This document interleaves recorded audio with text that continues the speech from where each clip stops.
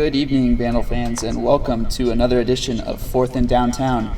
I'm your host, Josh Grissom, and I will be joined alongside Luis, the Godfather Torres, on this Friday afternoon. Today's program, we will be talking a little bit about the men's and women's basketball results from last night, as well as some of the storylines surrounding those two programs. And then we will finish with our program kind of talking about the Idaho graduates who are still in the NFL playoffs. That includes left guard Mike Iupati of the Arizona Cardinals and Denver safety Shiloh Ko. But first, we're going to go with the big news. Men's and women's basketball last night both played Montana, kind of a rivalry between Idaho and Montana. And let's start off, Luis, talking about men's basketball. What did you see last night? Basically, it was a very intense battle. At first, both teams got off to a really slow start. Victor Sanders would only score 9 points in the first half. And it seems like Idaho was going to be in trouble, but then the second half they just got on a phenomenal start. They had like a 12-0 run in the first 5 minutes of the second half. Sanders was 6 out of the 12 points in that drive, and then it seems like Idaho were pulling away. And then Montana got closer and closer. They started to make their baskets late in the going, and essentially they were there, but fouls and also the ref decisions also played a factor of the game lasting a little bit longer than what people would have thought. It was also a rowdy crowd as well, but Idaho, at the end of the day, they managed to hold on that huge win. It's a huge win for Idaho because not only that they defeated Montana on the road, it also ended we're the team that gave Montana the first conference loss of the season. And Josh, you mentioned before we go on air, they also made another historic milestone in Missoula. Yes, it was the first Vandals road victory for the men's team in Missoula since 1999. Just fathom that. That's 16 years. 16 years and we haven't had a win in Missoula, and the Vandals did that last night. They upset the conference leaders. Montana, before the game, was atop the Big Sky standings with a 6-0 record. The loss drops them to 6-1, improves the Vandals' Big Sky record to 4-2. Just watching the game, very slow start for both teams. I think they shot near 30% during the first half, 24-22 at halftime. There was a stretch, actually, where the Vandals, I think, only scored 10 points in the first, 11 and a half minutes of play. Tough game for both teams to start, but Idaho kicked it into another gear in the second half, going on a 12-0 run to take a 10-point lead over the Grizzlies. And then later, I believe it was Chad Sherwood hit back-to-back three-pointers to put the Vandals up 15, and that was just too much for Montana to overcome. They did put a little offensive pressure on the Vandals there at the end and pulled within 2 in the final minutes, but just wasn't enough. Idaho leaves Missoula with a 63-58 victory over Montana. Luis, we were kind of talking about this going into the matchup. What will they do without Perion Calandret? The junior is the team's second leading scorer. He's played a pivotal role with Victor Sanders. They kind of both have fed off the energy from one another, and they both combined to have really great nights for Idaho. Perion, as you reported from Coach Verlin, he is out day to day, week to week with a lingering foot injury. It's unidentified. They don't quite know what it is, but you watched the press conference of Coach Verlin, and Verlin said that he would be out this week's games. Yeah, he did not expect Calandret to play last night or even tomorrow night. Well, tomorrow afternoon in this case, because it starts earlier than usual, be at 1:05 Pacific time against Montana State. But that has been one of the major issues, and I think all of us that has covered basketball has been talking about how will they do without Calandret. Will Sanders step it up? And quite honestly, Sanders has stepped it up. He's having his best run thus far as a Vandal. He's now averaged in the last 4 games, including the Calandret's last matchup against Eastern Washington, which was January 9th. He's been averaging almost 27 points a game, including a career-high 33, and it's against Northern Arizona last week.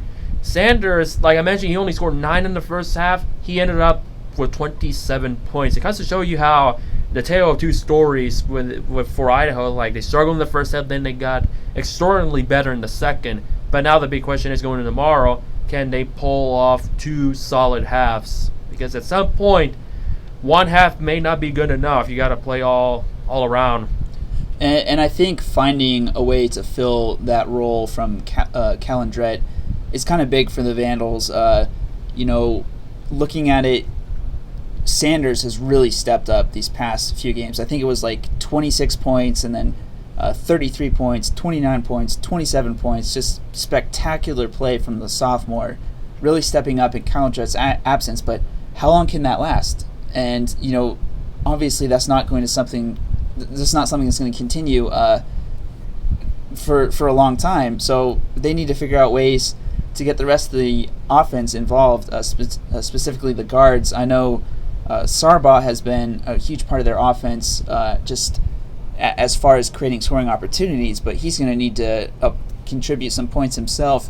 I know the Sherwood brothers, both of them have really stepped up as well, but just kind of, I think, honestly, Sanders is having spectacular play right now, and you got to give him the ball in the perimeter.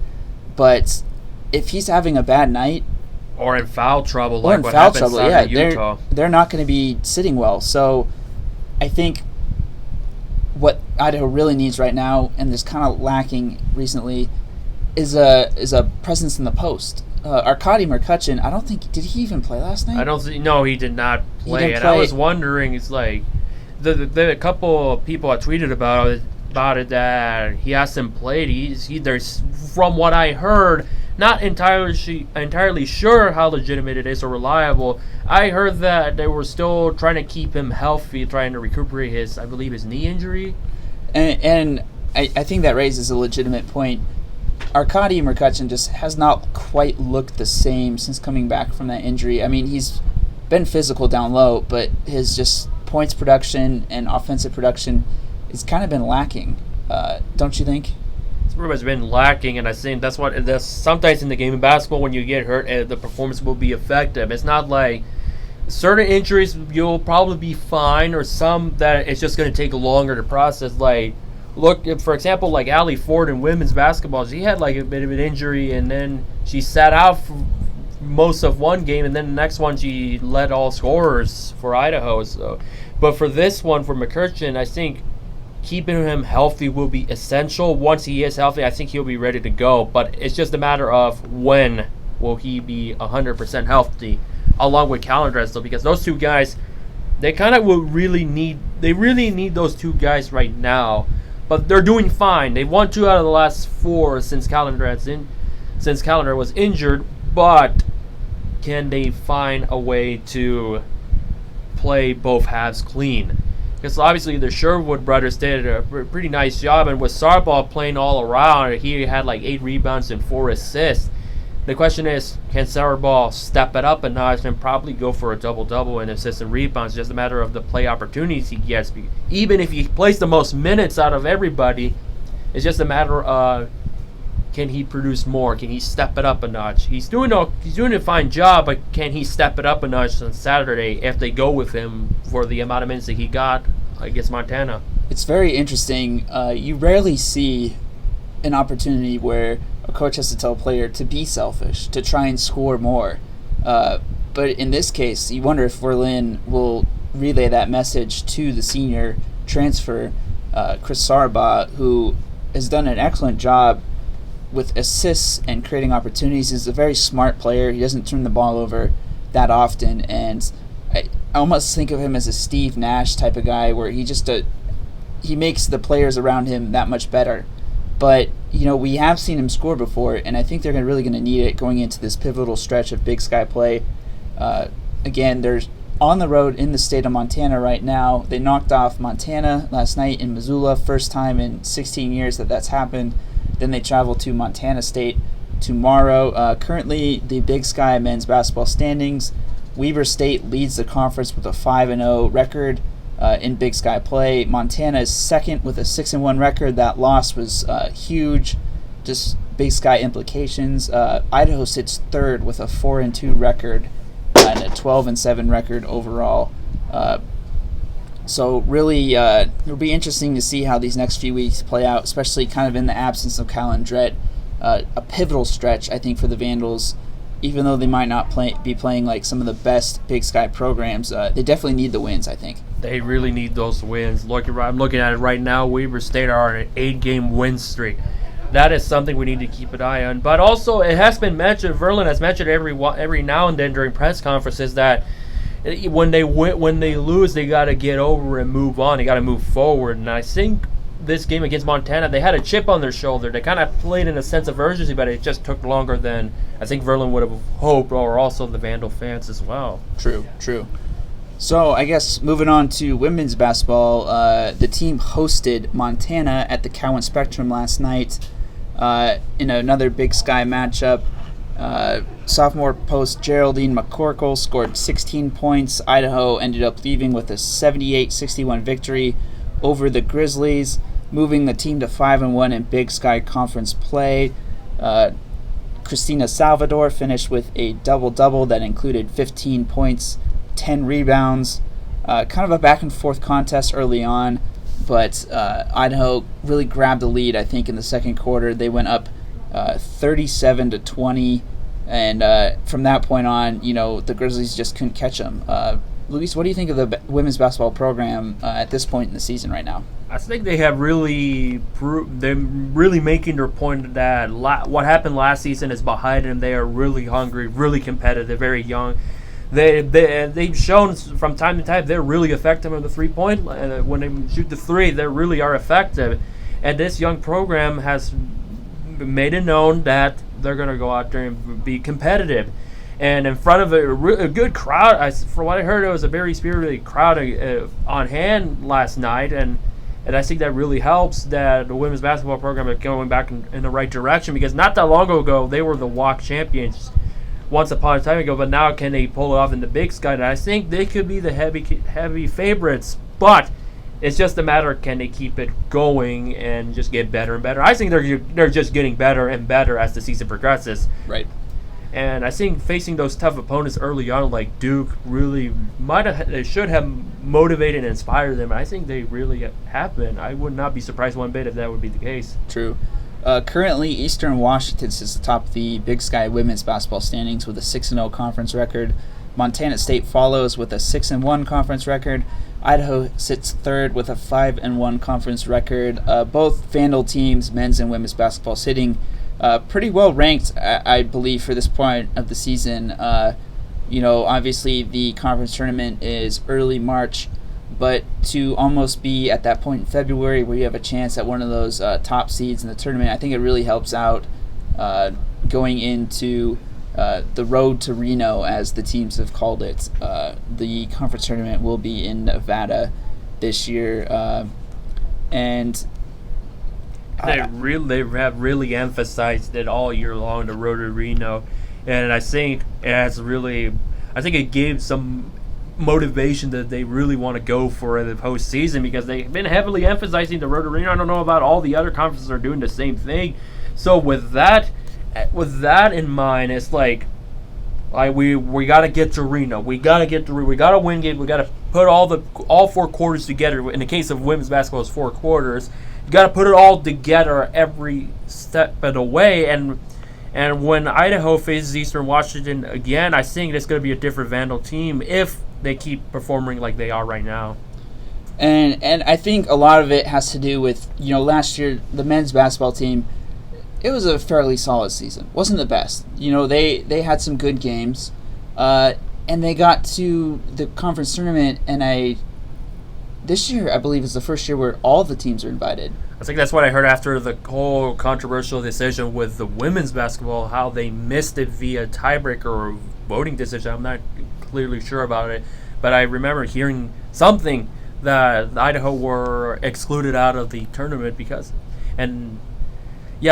but still, no matter what, you're gonna end up facing all these teams again, all these schools. You gotta get better and better. If you didn't do so well in the first meeting, get better in the second. True. Or even at times when you face a certain team the third time, mostly in most cases during the postseason or tournaments, you may have been really well. You might have beaten both times in the regular season, but it's where the postseason really counts, and it doesn't really matter much on how well you did or how you struggle against this particular opponent, because it's just the whole nother ball. It's going up to level 11, and if Idaho continues to be performing like they are, then when we face like Eastern Washington for women's, then that most likely third meeting, if it were to happen, we could possibly pull an upset on them. You never know. It's college basketball. That's kind of like how the beauty of collegiate sports are. You just don't know what's going to happen. True.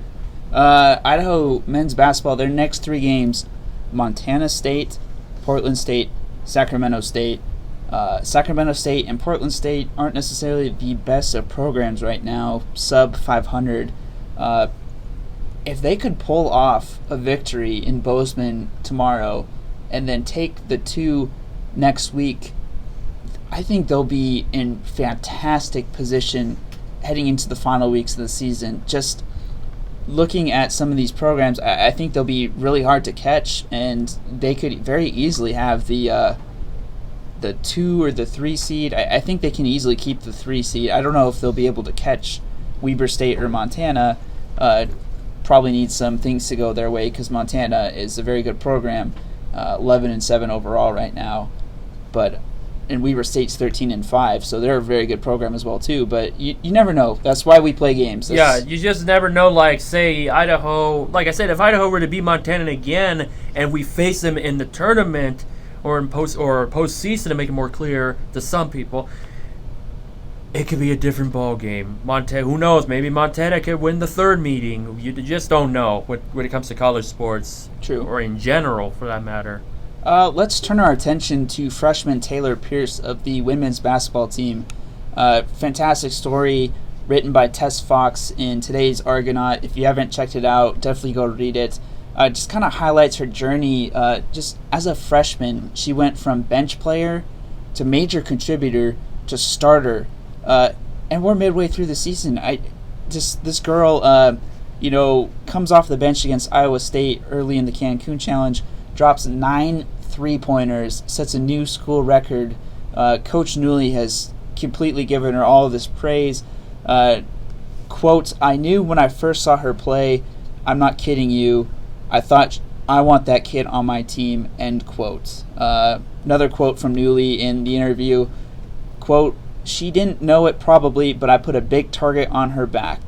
She's a baller. She was just lighting it up from 3, a pure shooter," end quote. Luis, we've kind of watched her a little bit this year, and obviously she would be my choice for Vandal Athlete of the Year just based on her journey up to this point so far, and the fact that she went from this bench player and she accepted that role, and now she finds herself thrown out into the middle of the chaos of collegiate sports as an underclassman, and is just piling on the points for Idaho. I think right now 175, over 170 points, I believe, for the Vandals. Just fantastic player. What have you seen from her? She has really basically come a long way already. I remember early in the season before conference play happened, she was off the bench. What I remember is how effective she was. She made very effective on the 3-point line, very, very competitive. And I remember, I think one of the games that I covered for women's basketball, it was probably the same. It was the same day when the men's faced Bakersfield, and Bakersfield is a story within itself. But anyways, she basically it's interesting how she has balanced her school life, because she's just a pure freshman. It's that's one of the things, it's not easy for a collegiate athlete, or what I understand, to balance school and sports, because you're effectively missing school a lot, especially when you're a freshman. You're missing all these core requirements, your ISMs or your regular classes. And I think she's handled it really well, and it has not affected her one bit. And the fact she's now a starter every now and then, especially she made her first start in the collegiate level this past week, and still lighted it up and put some great numbers. I think she will be probably one of the Vandal greats in women's basketball down the road. And I think when you look at like when Salvatore and Ford's careers are done, I think Idaho will not be too worried because they have Pierce right now. Right, and senior guard Christina Salvatore actually talked with our reporter about Taylor Pierce, and she said, quote, "I see a lot of myself in her coming in as a freshman. She has a good stroke, she's lights out when she shoots, and we all trust her to make shots," end quote. I think it's great that the team is, feels comfortable having her on the floor. As an upperclassman, I know it's tough kind of handing the role over to someone else, especially when you've put in the 4 years and, they just entered the program. But it seems like she's really comfortable in the team atmosphere, and the team really enjoys having her around. And it's just a good environment, I think, for her and for the women's basketball program. I think they have a lot of potential, and in the next coming years, I think, a lot of people thought that with the absence of Stacey Barr, who's playing professionally in Australia. We mentioned Australia multiple times. Yes, she's. There was a lot of doubt about what the program could do if it could keep competing at a very high level, and Pierce coming in has done just that for the Vandals, I think. But that's been the theme of both. That's been the theme of this year in general. With other sports, like the upperclassmen have become a little bit more comfortable allowing like a certain freshman. And I'm reminded of women's soccer and their journey with Amanda Portner being the goalie when originally it was going to be one of the seniors, if I firmly remember. It's just been the theme of the year, and now it's just transitioned to women's basketball as the center point. And I think they're doing well. It's like, but the question will now be, can Pierce handle like the major games like your Montanas, your Eastern Washingtons, or other teams? I think she's handled it fine, but obviously when Idaho played Duke, Pierce was not really much of a factor then until after the game against Duke. It's just, can Pierce handle the pressure of these major teams down the road? And the way she's been handling right now, I have no doubt she will be doing just fine or even phenomenal. Yes, she said it was a very eye-opening experience to play Duke. Her thoughts were, I need to find the quote. Okay, here it is. Quote, we're playing Duke. These girls are on TV like every other night. I'm at a pretty high level of basketball, end quote. Obviously, there's a little shock, a little bit of a learning curve there, but I think she recovered very quickly, and the women's basketball team looks poised to do very well these next few years, and especially this year. I think they have a lot of talent and could very easily make some noise in the Big Sky Conference tournament in March. But now we turn our attention to women's hockey. We did a little brief feature for them in the Argonaut this week. Check it out. We're trying to highlight a little bit more about our club sports on campus, and we had a reporter, Brock Woods. He talked to team captain Lizzie Johnson kind of about their program and what they're doing, and I didn't quite know it before I read his report, but they have a lot of trouble coming up with regional opponents in the area just because women's hockey isn't as big of a sport. And, sometimes they're traveling as far away as Seattle on their own money just to be able to play these games. And I think it's really admirable what they're doing. That's the definite tale of a true journey women, in this case, journey women team. Because back then in sports, or in other sports around that, you pretty much had, if you paid out of your own pocket just to go to a certain event or competition, that's just pure bravery, and shows you that no matter what adversity or challenge or deficit you're going through, you're still willing to go out there and play the sport you love. It kind of reminds me of how back then certain racing drivers were used to just go to the tracks out of their own money. They don't have those big funded programs. And with Idaho, that's just phenomenal how they go from different places just to go out there, because I know like certain sports are hard to come by or find opponents because they may not have the program, or they used to have the program but they just did not have enough players. And club sports has been one of those issues always, just the number of players and getting there. But knowing that they just pay out of their own pocket, it's like they're really committed and dedicated to make this program huge in the future. True, and looking at this, our reporter wrote that the team is currently playing without a head coach. Always tough to do, but Lizzie Johnson said that the team has so much chemistry that they're able to welcome in newcomers to the program and help them orient with the offense. And the team has been doing really well. They usually get first or second in the majority of the tournaments they're at. I think that speaks volumes about kind of the makeup of the players that are part of that program right now. They're even playing on a regulation rink, or a rink that is 3/4 regulation size.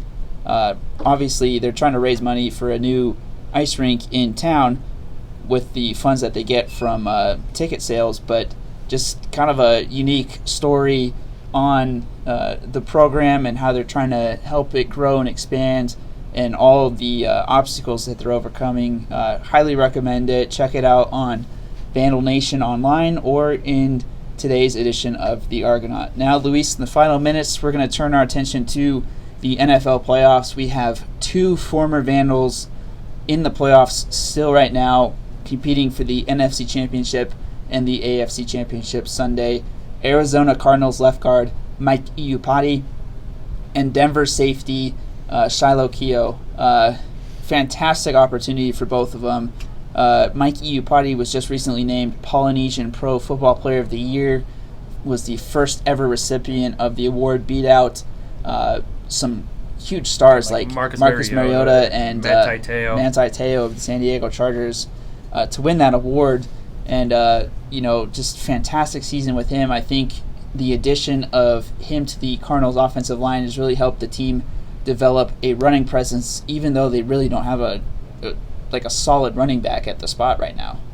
It's been just an interesting season in the NFL. The fact that a couple of Vandal alumni that are in the championship games just shows you how great they have done, or how far they made it through their football careers. And the possibility we could see two former Vandals playing in the Super Bowl is still there. It's still there because Arizona NFC, Denver AFC, it could happen. And I still firmly believe those are my two picks. And I think in a lot of people's minds, the sentimental picks for the Super Bowl as a whole. True, and it's not like these guys are just playing on the team. They are huge impact players. Mike Iupati, I think he helped the offensive line average like 28 more yards rushing this year when compared to last year. And Shiloh Keogh intercepted, oh my gosh, I can't remember who they were playing. He had an interception late in the Broncos season finale that sealed. That had been Kansas. No, I don't think it was Kansas. It was. I will double check that for you right now. Anyway, the interception sealed the win for the team and launched them to the number 1 seed in the AFC for the playoffs. Huge, because now they're hosting New England in Denver instead of playing on the road in Foxborough. I can tell you right now, home field advantage plays a lot, and I believe if they were playing in Foxborough, the Broncos would stand no chance. But Keogh's interception allows the Broncos to host the Patriots in a very pivotal matchup, probably the final time we will ever get to see Brady and Manning. 17th time they met or something. Now the rivalry's ancient. Just really interesting situation, but fantastic to see both Vandals doing really well for those programs and just taking it to the next level and representing our school. No, absolutely, and it is huge for our program. It would be even huge if Denver and Arizona were to be in the Super Bowl. It's gonna be very competitive games because you pretty much have stories all around like always. But I think this one is so bigger because some people are speculating that this could be it for Manning. This is his final hoorah. I think it is, but I think he probably has another year then that's sort of an understatement, I think, but we're going to have to wait and find out. 9 touchdowns, 17 interceptions. I just find it really hard for him personally to decide that he should come back. I think he realizes it's his last effort, and yeah, I think he'll give it up. But Luis, final closing seconds. What are your predictions for Sundays for both games? Well, to refer you back to it was the final game that Denver played in the regular season was San Diego. I had that in mind. I was thinking Kansas, but that was not even close what I was thinking. But from a non-biased standpoint, I have Arizona and Denver for the Super Bowl. From a realistic standpoint, I just think that New England will probably find a way to pull off the victory, because they have the tendency to, like, near the end of the season, they lose to those not so great teams, but it don't really matter to them much because they always find a way to do well. And as far as the NFC, I think Arizona's gonna have to find a way. And can Carson Palmer live up to that pressure? Because that's always been the issue with Carson Palmer in his entire career. Can he finally produce a good game where they don't have to worry about overtime or have another team rally back to catch you, only for all that overtime drama that happened last time around? I just think it's going to probably be Carolina and New England, but in my heart, I wish it's Denver and Arizona. I'm kind of in the same boat as you. I would really like to see Denver, Arizona. That would be, my hope for the Super Bowl. Obviously, I think the Panthers have too much swagger right now. They're a really hot team. What they did to the Seahawks in the first half was absolutely eye-opening. I think Carolina takes it from Arizona 31-24. Cam Newton has a spectacular game, and just because they're playing at home, it's just such a huge advantage. And I hate to say this. I hate to say this. I think the Patriots have an edge over Manning, even though they are in Denver. I think their offense, they have too many weapons right now, and it's going to be the Super Bowl that, honestly, I could care less about with Carolina and New England. Yeah, and people consider the last out in the quote-unquote bandwagon. Well, I think that's quote-unquote bandwagon thinking yet, to be quite honestly. Well, I think the whole league bandwagon's against the Patriots, but, a lot of folks jumping on the Panthers bandwagon right now. Yeah, that's why I'm saying, like, bandwagon in a different way. It's just, I personally would, like, if it was Carolina, New England, I could probably care less. The only thing is that if Carolina wins, it'll be North Carolina's, what was it? It'll be the first professional sports championship that North Carolina has ever had in pro sports. Well, we are over time for today. I'd like to thank you for listening and tuning in to Fourth and Downtown, hosted by Vandal Nation in association with KUOI 89.3 FM Moscow. Check us out online, www.thevandalnation.com, and on Instagram, The Vandal Nation, and on Twitter, @Vandal Nation. Thanks for listening, folks, and we will be back Sunday at 11 a.m. And have a great weekend, Vandals.